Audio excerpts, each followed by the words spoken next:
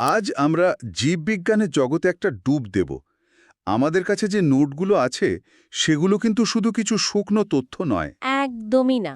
এটা আসলে একটা অসাধারণ গল্পের মতো। কিভাবে মানুষ তার চারপাশের জীবজগৎকে বোঝার চেষ্টা শুরু করলো, তাদের একটা শৃঙ্খলার মধ্যে সাজানোর চেষ্টা করলো, সেই গল্পটাই আজ আমরা শুনব। ঠিক নাই। আর যে কোনো ভালো গল্পের মতোই এটারও শুরুটা করতে হবে একেবারে গোড়া থেকে, মানে বায়োলজি শব্দটার নিজের পরিচয় দিয়ে। তাহলে সেখান থেকেই শুরু করা যাক। বায়োলজি শব্দটা শুনলেই তো জীবন বা জীব সংক্রান্ত একটা ব্যাপার মাথায় আসে। এর আসল অর্থটা কি? আপনি একদম ঠিক ধরেছেন। শব্দটা আসলে দুটো গ্রিক শব্দ থেকে এসেছে। গ্রিক শব্দ, আচ্ছা। হ্যাঁ, একটা হলো বায়োস, যার মানে হলো জীবন, আর অন্যটা হলো লোগোস, যার মানে হলো অধ্যয়ন বা জ্ঞান। তার মানে বায়োলজি মানে হলো জীবনের অধ্যয়ন। খুব সহজ, একদম সহজ। কিন্তু এই নামটা তো আর সবসময় ছিল না। আমাদের নোটসে দেখছি মাত্র 100-200 বছর আগে দুজন বিজ্ঞানী প্রথম এই শব্দটা ব্যবহার করেন। হ্যাঁ, ঠিক তাই। ফরাসি বিজ্ঞানী জা বাপটিস্ট ল্যামার্ক আর জার্মান বিজ্ঞানী গটফ্রিড রেইনহোল্ড ট্রেভিরেনাস এরা 1801 সাল নাগাদ প্রথম স্বাধীনভাবে বায়োলজি শব্দটা ব্যবহার করেন। তার মানে এর আগে জীব নিয়ে চর্চা তো হতো, কিন্তু চর্চা হতো, কিন্তু সেটা উদ্ভিদবিদ্যা বা প্রাণীবিদ্যা এরকম আলাদা আলাদা নামে পরিচিত ছিল। সবটাকে একটা ছাতার তলায় আনার ধারণাটাই ছিল নতুন। বুঝেছি। তার মানে নামটা নতুন হলেও কাজটা বহু পুরনো। আর এই কাজের কৃতিত্ব যদি কাউকে দিতে হয়, তাহলে সবার আগে কার নাম আসবে? নোটসে তো অ্যারিস্টটলের কথা বলা আছে। একদম। কোনো মাইক্রোস্কোপ বা আধুনিক যন্ত্রপাতি ছাড়াই আজ থেকে প্রায় 2500 বছর আগে গ্রিক দার্শনিক অ্যারিস্টটল শুধু পর্যবেক্ষণ দিয়ে জীবজগতের একটা ভিত্তি তৈরি করে ফেলেছিলেন। ভাবা যায়। তিনি প্রথম উদ্ভিদ আর প্রাণীর জীবনযাত্রা, তাদের গঠন, আচরণ নিয়ে মনোবদ্ধভাবে লেখার চেষ্টা করেন। এই অবিশ্বাস্য কাজের জন্যই অ্যারিস্টটলকে জীববিজ্ঞানের জনক বা ফাদার অফ বায়োলজি বলা হয়। আর যেহেতু প্রাণীদের নিয়ে ওন কাজ খুব বিস্তারিত ছিল। ঠিক, সেই কারণেই তাকে প্রাণীবিজ্ঞানের জনক বা ফাদার অফ জুলজিও বলা হয়। দারুণ। একজন মানুষ দিয়ে শুরু, আর আজ জীববিজ্ঞান একটা বিশাল মহিরু। এর তো নিশ্চয়ই এখন অনেক ডালপালা, মানে শাখা প্রশাখা গজিয়েছে। অবশ্যই। আর প্রতিযোগিতামূলক পরীক্ষার জন্য এই শাখাগুলোর নাম জানাটা কিন্তু খুব জরুরি। হুম। যেমন ধরুন, প্রাণী সম্পর্কিত কিছু শাখা যদি দেখি, এপিকালচার। এপিকালচার মানে তো মৌমাছি পালন, তাই না? হ্যাঁ, আর সেরিকালচার হল রেশম কীট পালন। এই দুটোই কিন্তু সরাসরি অর্থনীতির সাথে জড়িত। ঠিক, মধু আর রেশমের জন্য। আচ্ছা, আর মাছ চাষ? মাছ চাষ হল পিসিকালচার। আর পাখি নিয়ে পড়াশোনা? পাখি নিয়ে গবেষণাকে বলা হয় অর্নিথোলজি। আর মাছ নিয়ে যে গভীর অধ্যয়ন, মানে তাদের প্রজাতি, গঠন এসব নিয়ে, সেটা হলো ইকথায়োলজি। ও আচ্ছা, পিসিকালচার আর ইকথাওলজির মধ্যে একটা পার্থক্য আছে। একটা প্রায়োগিক, অন্যটা তাত্ত্বিক। একদম ঠিক। একইভাবে কীটপতঙ্গ নিয়ে পড়াশোনা হলো এন্টোমোলজি।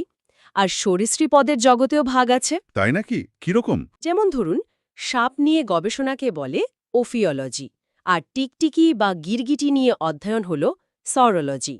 বাপরে, কত সূক্ষ্ম ভাগ! প্রাণীদের জগৎ তা তো বুঝলাম। এবার একটু উদ্ভিদের জগতের দিকে যাওয়া যাক। উদ্ভিদের জগতও একই রকম আকর্ষণীয়। ফল আর ফল চাষ নিয়ে গবেষণা হল পোমোলজি। পোমোলজি, আচ্ছা। আবার গাছ আর ঝোপঝাড় নিয়ে সার্বিক পড়াশোনাকে বলে ডেন্ড্রোলজি।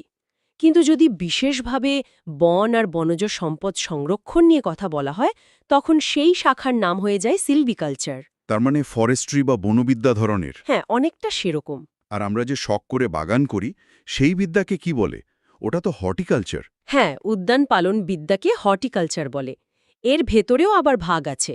যেমন শুধু ফুলের চাষ নিয়ে কাজ করলে সেটা ফ্লোরিকালচার। আর সাধারণভাবে ফুল নিয়ে গবেষণা করলে? তাকে বলে অ্যান্থোলজি। এই তালিকাটা তো বিশাল। এর মধ্যে সবচেয়ে অদ্ভুত বা অবাক করার মতো কোনো শাখা আছে কি? আমি যেমন ভাবতেও পারিনি যে শুধু ঘাস নিয়ে পড়ার জন্য একটা গোটা বিজ্ঞান আছে। ঠিক ধরেছেন, অ্যাগ্রোস্ট্রোলজি বা ঘাস সম্পর্কিত বিজ্ঞান। শুনতে খুব সাধারণ লাগলেও পৃথিবীর বাস্তুতন্ত্র আর আমাদের কৃষি ব্যবস্থার জন্য ঘাস কতটা গুরুত্বপূর্ণ তা নিয়ে এখানে গবেষণা হয়। আর ওই যে মাটি ছাড়া জলে গাছপালা ফলানো? হাইড্রোপোনিক্স, ওটা তো আমার কাছে সবচেয়ে আকর্ষণীয় লাগে। এটা হয়তো আমাদের ভবিষ্যতের কৃষি ব্যবস্থার একটা ঝলক। ঠিক, ছত্রাক আর শৈবাল নিয়েও তো আলাদা শাখা আছে। অবশ্যই ছত্রাক নিয়ে গবেষণাকে বলে মাইকোলজি আর শৈবাল নিয়ে অধ্যয়ন হল ফাইকোলজি। এই সব কিছু শোনার পর একটা প্রশ্ন মাথায় আসছে, এই যে কোটি কোটি জীব, এদের সবাইকে চেনার বা মনে রাখার তো একটা ব্যবস্থা দরকার।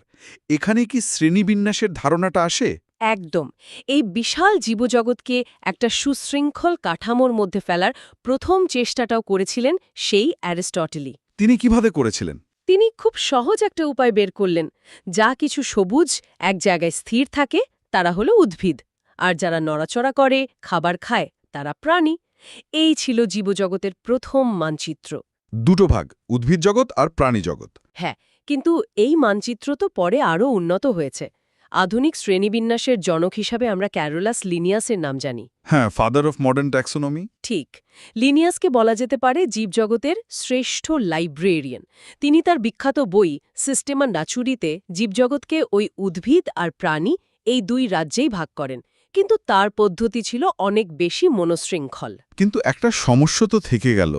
অণুবীক্ষণ যন্ত্র আবিষ্কারের পর বিজ্ঞানীরা এমন সব জীব দেখতে পেলেন যারা ঠিক উদ্ভিদও নয়, আবার প্রাণীও নয়, যেমন ব্যাকটেরিয়া। এটাই ছিল সবচেয়ে বড় চ্যালেঞ্জ। এদেরকে কোথায় রাখা হবে এই নিয়ে অনেক দিন বিভ্রান্তি ছিল। তারপর ১৯৬৯ সালে আমেরিকান বিজ্ঞানী R.H. হুইটেকার একটা বৈপ্লবিক প্রস্তাব দিলেন। তিনি বললেন, ২ রাজ্যে হবে না, জীবজগৎকে বুঝতে হলে ৫টা রাজ্যের প্রয়োজন। 5 রাজ্য শ্রেণীবিন্যাস। হ্যাঁ, এই 5 কিংডম ক্লাসিফিকেশন আমাদের দেখার চোখটাই বদলে দিয়েছিল। এই 5টি রাজ্য কি কি, আর এদেরকে আলাদা করার মূল ভিত্তিটাই বা কি ছিল? হুইটেকারের 5টি রাজ্য হল মনেরা, প্রোটিস্টা, ফাঙ্গাই, প্ল্যান্টা এবং অ্যানিমেলিয়া। মনেরা, প্রোটিস্টা, ফাঙ্গি, প্ল্যান্টা আর অ্যানিমেলিয়া। আচ্ছা। এদের আলাদা করার ভিত্তিটা ছিল খুব যৌক্তিক। প্রথমত, কোষের গঠন, অর্থাৎ নিউক্লিয়াস ঠিকমতো আছে কি নেই। আর দ্বিতীয়ত, তাদের পুষ্টির পদ্ধতি, মানে তারা কিভাবে খাবার জোগাড় করে। তাহলে প্রথম রাজ্য মনেরা থেকে শুরু করা যাক। এরা কারা? মনেরা হল পৃথিবীর আদিমতম এবং সরলতম জীব। এদের কোষে কোনো সুগঠিত নিউক্লিয়াস থাকে না, তাই এদের বলে প্রোক্যারিওটিক। ও, প্রোক্যারিওটিক। সমস্ত ব্যাকটেরিয়া কি এর মধ্যেই পড়ে? হ্যাঁ, সমস্ত ব্যাকটেরিয়া, সায়ানোব্যাকটেরিয়া এই দলেরই সদস্য। বেশ। আর প্রোটিস্টা? এদের নামটা একটু অদ্ভুত শোনে। প্রোটিস্টাদেরকে জীবজগতের বিবিধ ড্রয়ার বলা যেতে পারে। বিজ্ঞানীরা যখন কোনো এককোষী জীবকে দেখলেন যা ব্যাকটেরিয়ার মতো সরল নয়, আবার পুরোপুরি উদ্ভিদ, প্রাণী বা ছত্রাকও নয়, তখন তাকে এই দলে ফেলে দিলেন। একটা উদাহরণ দিলে ভালো হয়। যেমন ধরুন, পুকুরের জলে যে অ্যামিবা বা ইউগ্লেনার মতো জীব দেখি, এরাই হল প্রোটিস্টা। এদের কোষে নিউক্লিয়াস আছে, কিন্তু এরা মূলত এককোষী। আচ্ছা, মানে এরা ইউক্যারিওটিক কিন্তু এককোষী। ঠিক, তাহলে বাকি 3টি রাজ্য প্ল্যান্টা, ফাঙ্গাই আর অ্যানিম্যালিয়া এরা সবাই বহুকোষী এবং ইউক্যারিওটিক। একদম তাই। এদের আলাদা করা হয় খাবার তৈরির পদ্ধতির ওপর ভিত্তি করে। প্ল্যান্টা বা উদ্ভিদ রাজ্যের সবাই স্বভোজী, মানে শালক সংশ্লেষের মাধ্যমে নিজেদের খাবার নিজেরাই তৈরি করে। উৎপাদক বা প্রোডিউসার। হ্যাঁ, অন্যদিকে ফাঙ্গাই বা ছত্রাক রাজ্য হল পরভোজী। পরভোজী। হ্যাঁ, এরা পচা গলা বা জীবিত জিনিসের উপর জন্মায় আর শোষণ করে খাবার জোগাড় করে। সবচেয়ে বড় পার্থক্য হল উদ্ভিদের কোষপ্রাচীর সেলুলোজ দিয়ে তৈরি, আর ছত্রাকের কোষপ্রাচীর কাইটিন নামের এক অন্য জিনিস দিয়ে তৈরি। তার মানে ছত্রাক আসলে কোনো ধরনের উদ্ভিদ নয়, এদের একটা সম্পূর্ণ আলাদা জগৎ আছে। একদমই আলাদা জগৎ।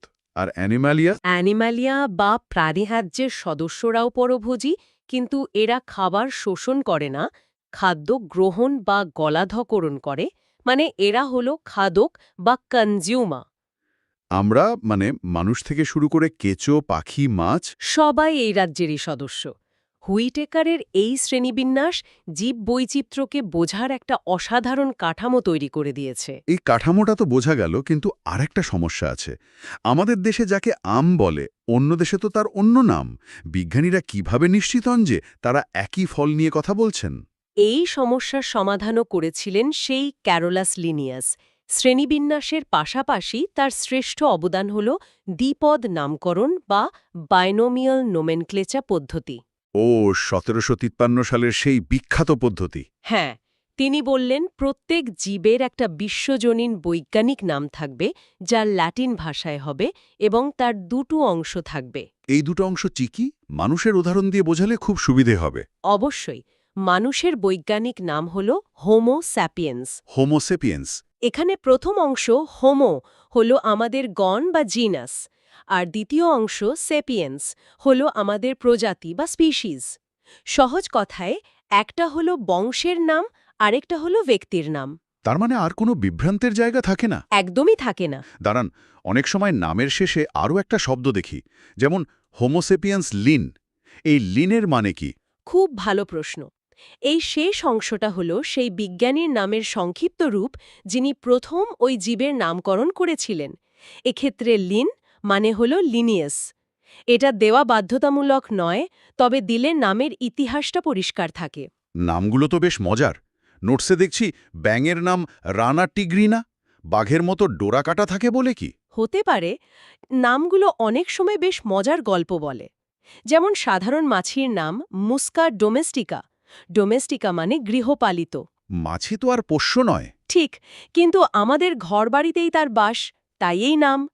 একইভাবে আমের নাম ম্যাংজিফেরা ইন্ডিকা, যা বোঝায় এটা মূলত ভারত বা এই অঞ্চলের ফল। ধানের নাম ওরাইজা স্যাটিভা বা গমের নাম ট্রিটিকাম অ্যাস্টিভাম। আর আমাদের অতি পরিচিত মটরশুঁটি, ছোলা, সর্ষে। মটরের নাম পিজম স্যাটিভম, ছোলার সিসের অ্যারেটিনাম আর সর্ষের ব্রাসিকা ক্যাম্পেস্ট্রেস। এই নামগুলোর মাধ্যমে বিজ্ঞানীরা কোনো জীবের পরিচয়কে বিশ্বজুড়ে এক সূত্রে বেঁধে দিয়েছেন। শ্রেণীবিন্যাস আর নামকরণ তো জীববিজ্ঞানের কাঠামো তৈরি করল, কিন্তু এর ভেতরে তো কিছু মৌলিক নিয়ম বা সূত্রও কাজ করছে। আমাদের নোটসে তেমনই কিছু যুগান্তকারী তত্ত্ব আর তাদের প্রবক্তাদের নাম আছে। হ্যাঁ, এগুলো হলো জীববিজ্ঞানের স্তম্ভ। এগুলোও পরীক্ষার জন্য খুব জরুরি। যেমন গ্রেগর মেন্ডেলের বংশগতির সূত্র। একদম, যা আমাদের প্রথম বোঝালো কিভাবে বাবা মায়ের বৈশিষ্ট্য সন্তানের মধ্যে যায়। আবার ল্যামার্কের উত্তরাধিকার সূত্রে প্রাপ্ত লক্ষণের সূত্র। আর মিউটেশন তত্ত্ব, ওটা হুগো ডি ভ্রিজের। হ্যাঁ, আর কোষতত্ত্বের কথা তো বলতেই হবে। শ্লেডেন এবং সোয়ান, তাদের এই তত্ত্বটা খুব সহজ কিন্তু গভীর। সমস্ত জীব কোষ দ্বারা গঠিত। কোষই হল জীবনের মূল একক। আর অবশ্যই চার্লস ডারউইনের প্রাকৃতিক নির্বাচন তত্ত্ব। ওটা তো জীবজগৎকে দেখার দৃষ্টিভঙ্গিটাই পুরোপুরি বদলে দিয়েছে। আর আধুনিক বিজ্ঞানের সবচেয়ে বড় আবিষ্কারগুলোর একটা, ডিএনএর ডাবল হেলিক্স গঠন। ওয়াটসন এবং ক্রিক, তারা আমাদের হাতে জীবনের নকশার চাবিকাঠিটাই তুলে দেন। আর জীবনী শক্তি মতবাদ বা ভাইটাল ফোর্স থিওরির কথা বলা আছে হার্টভিকের নামে। হ্যাঁ, এই সবকটা আবিষ্কার মিলেই আজকের আধুনিক জীববিজ্ঞান তৈরি হয়েছে। তাহলে আজকের আলোচনা থেকে আমরা জীববিজ্ঞানের একটা সম্পূর্ণ সফর করলাম। একটা সাধারণ কৌতূহল থেকে শুরু করে তাকে একটা মনোযোগ বিজ্ঞানে পরিণত করার এই যাত্রাটা সত্যি অসাধারণ। একদম। আর এই শ্রেণীবিন্যাস বা নামগুলো শুধু মুখস্থ করার বিষয় নয়, এটা আমাদের বুঝতে সাহায্য করে যে পৃথিবীর এই বিপুল জীববৈচিত্র্যের মধ্যে একটা গভীর শৃঙ্খলা আর আন্তঃসম্পর্ক লুকিয়ে আছে। প্রত্যেকটা জীবের, তা সে যত ছোটই হোক না কেন, এই বিশাল জীবজগতে একটা নির্দিষ্ট স্থান এবং পরিচয় রয়েছে। ঠিক তাই। আলোচনা শেষ করার আগে শ্রোতাদের জন্য একটা চিন্তার খোরাক রেখে যাওয়া যাক। অবশ্যই। আমরা আর এই ছুরি টেকারের 5টি রাজ্যের শ্রেণীবিন্যাস নিয়ে আলোচনা করলাম, কিন্তু ভাইরাস, যা জীব ও জ্বরের মধ্যবর্তী পর্যায়ের একটা বস্তু, তাকে তো এই 5টি রাজ্যের কোনোটিতেই ঠিকমতো ফেলা যায় না। যায় না। কারণ জীবদেহের বাইরে সে পুরোপুরি জড়, কিন্তু জীবদেহে প্রবেশ করলেই সে জীবনের লক্ষণ দেখায়, নিজের সংখ্যা বৃদ্ধি করে। তাহলে জীবনের এই রহস্যময় রূপটির স্থান জীবজগতের মানচিত্রে ঠিক কোথায়? এই প্রশ্নটি আমাদের জীবনের সংজ্ঞা নিয়েই